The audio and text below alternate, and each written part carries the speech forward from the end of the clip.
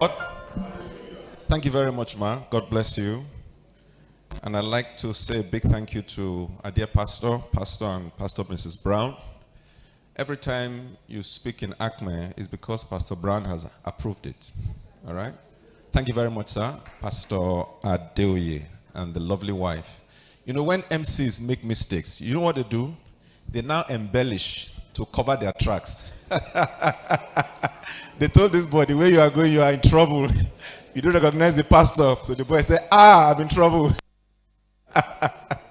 You know, so he went to town.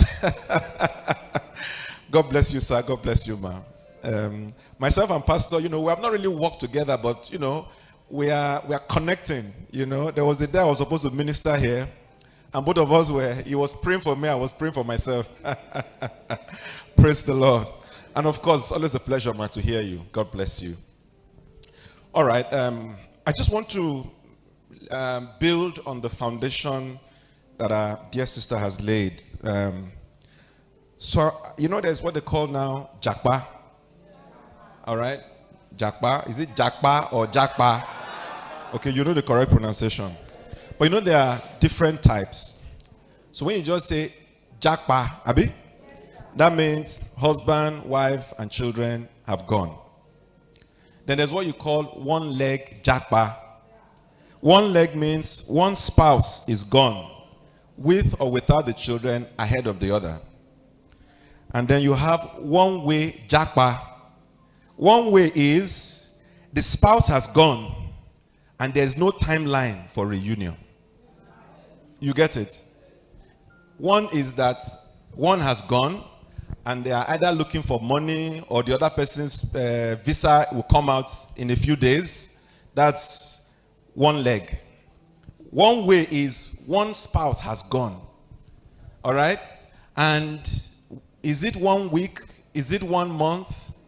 Back in church, we're counting years. All right? Where one leg has gone.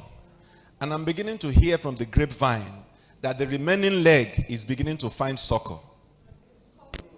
All right?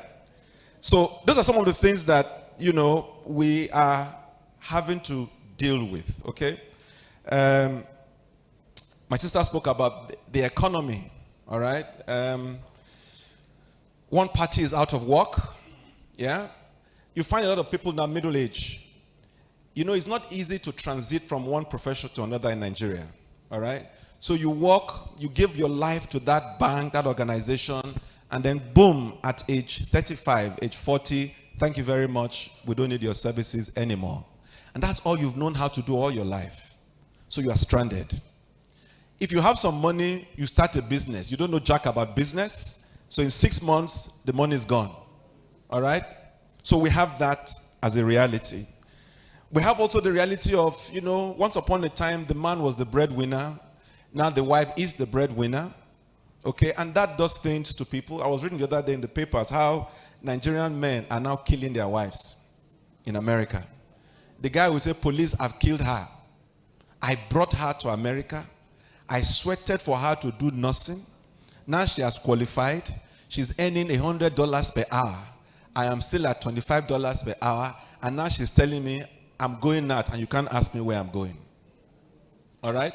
So we have those realities. And then we also have the fact that economy has changed, but we're unwilling to change. You get it? When you started off, you could afford the fees. Yes? Then you were working, she was working. Now you are not working, or she's not working, or she's working, you are not working. You can no longer afford those fees. But no, you want to keep up with the Joneses at all cost. Is that not so? Particularly if God blesses you, and you're in a church like ACME. Is that not so? Yes, I mean, there are a lot of, you know, rich people, you know, big people, you know. And so you want to measure up, but it's straining you. You don't sleep well at night anymore. You get it? Because you are trying your best to make up. All right? And then we have that famous word, E. You know E, electronic? Yes?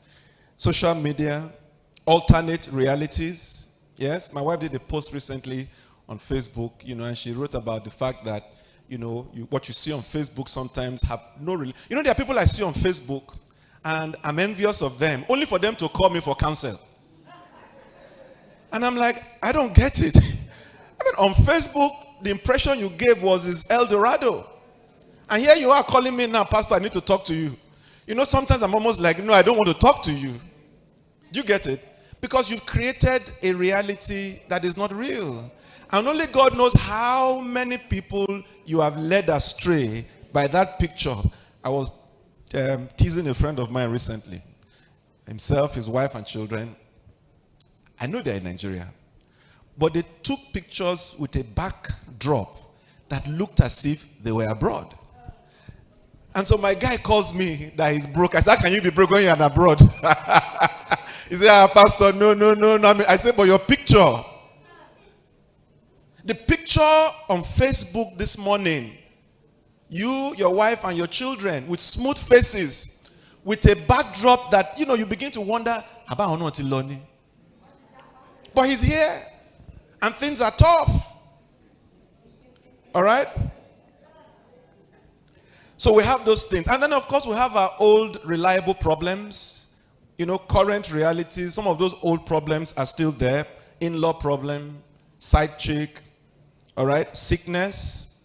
As we're getting older, if you're not taking care of your body, sickness might come. Sex. One party has lost interest. The other party has just regained interest. They are both tired of it, depending on where you are standing. All right? And 2 Sundays ago, I was struggling with what to preach on a Sunday. And then in the course of the week, I had an encounter with one of our ministers in church. We were supposed to meet to pray, and we just had a conversation. And she just, broke down and started crying. And I was asking the Lord, what is happening? And the Lord said to me, it's midlife crisis. So I went and sat down, did a study, and I taught on it in church. Quite a number of us here. You wonder how after 20-something years in marriage, they are separating. Is that not so? It's midlife crisis. You just woke up in the morning and you're like, come on, I've missed so much.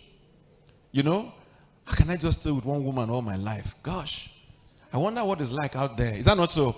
I've missed. And then people do foolish things around that period. And unfortunately, they regret it much later. All right? So we have the issue of midlife crisis. Because everybody, and when you do this retrospection, if you are not careful, the enemy will make you think as if you've come short.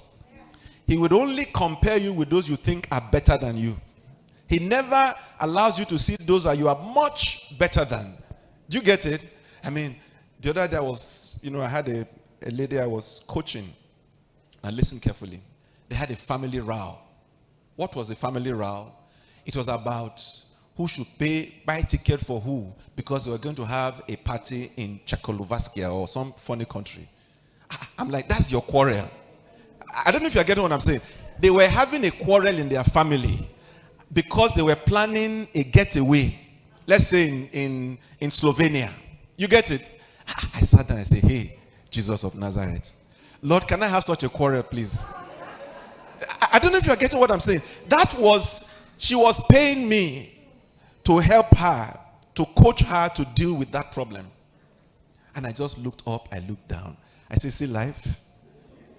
Some of us will give a right hand for a ticket to Abuja and back. Do you know? And here is somebody, they are fighting over, hey yo, you didn't buy my ticket. You only bought for your wife. You didn't buy for your daughter. And me too, okay, I will only buy for my sister. I won't buy for your daughter. That was the quarrel. ₦1 million quarrel. Do you get it? Now, that woman was coming to me because she felt that life wasn't fair to her. Do you hear what I'm saying? And in my mind, I'm like, Lord, wouldn't it be nice to have such a quarrel? He said, what's the matter? My wife wants to go to Paris. I'm saying, let's go to London instead. She said, if that's the case, me, I will go to Paris. Then you go to London. Then both of us will now meet in Hamburg. Hey! Canderable satire. Who wouldn't like such a quarrel? I'm telling you, man. But that woman came to a coach, paid me good money to help her resolve that. So sometimes when you compare, be careful, okay? This is just a prelude, so I'm not going to go. But quickly, how do you deal with some of these issues? Very quickly. I'm not going into details because the Q&A will take care of it. Number one, do a reality check. All right? honestly query all your assumptions. Do you know that we can grow out of faith? Do you know? Do you know that it's possible that you are coming to church, you are a worker, you are devoted, you are dedicated, but somewhere along the way, you've left Jesus, Oh, yes. How did I come to Acme? I came to Acme 6 months after I had stopped going to church. I was an area pastor. I was frustrated. So I said to my wife, I never believed in playing church. So I'm not doing again until I hear God. For 6 months, August, September, October, November, December, I did not go to church. I just stayed at home and I said, Lord, until I hear you, I don't want to play church. People will come to our house and my wife, they were happy. They were going from one church to another. So they'll come and do follow-up. All right? So they'll come, I'm in the sitting room with a newspaper. Is your husband born again? Can we talk to him? This is me, area pastor. So when they are gone, I will laugh. It was one Sunday morning. They had gone to church as usual. I was about to go into the bathroom and I heard clearly in my ear, go to Province 2. So folks might be here. After some time, you can even speak in tongues without the Holy Spirit.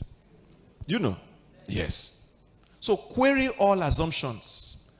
Take note of your spouse. Your spouse may have backslidden, you may not know.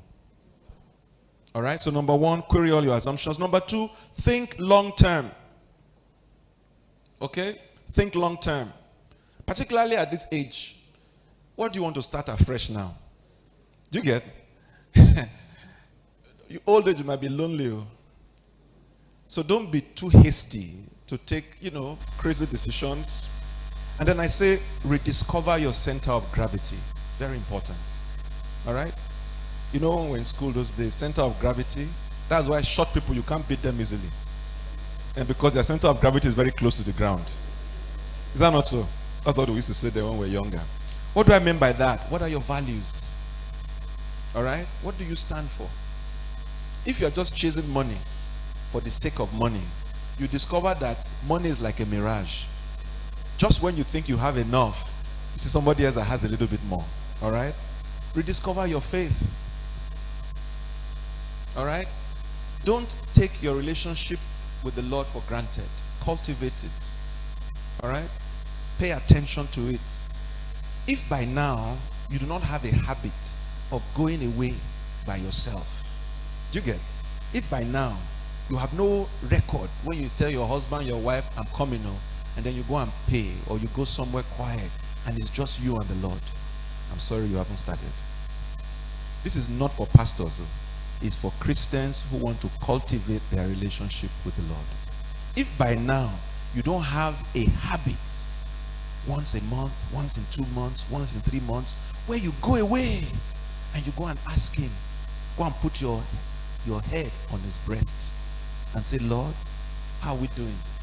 What would you have me do? Are you getting it? Then I'm sorry. You may not know it, but you are already in the rat race. Okay? And then finally, if everything else has failed you, seek help. Okay? I have people that mentor me. In fact, not too long ago, myself and my wife, we went to visit our mentor. We sat down with them and we shared our hearts with them and they counseled us. Oh, this is not right. Okay, this is good. Think about this. Go about this, So nobody's too big to have. I have a mentor. We were with them not too long ago. We sat down with them, husband and wife, hours. We shared what was in our heart. They gave us counsel. They prayed with us. Are you getting it? So seek help. Okay? I'll stop there and we'll take the questions. God bless you.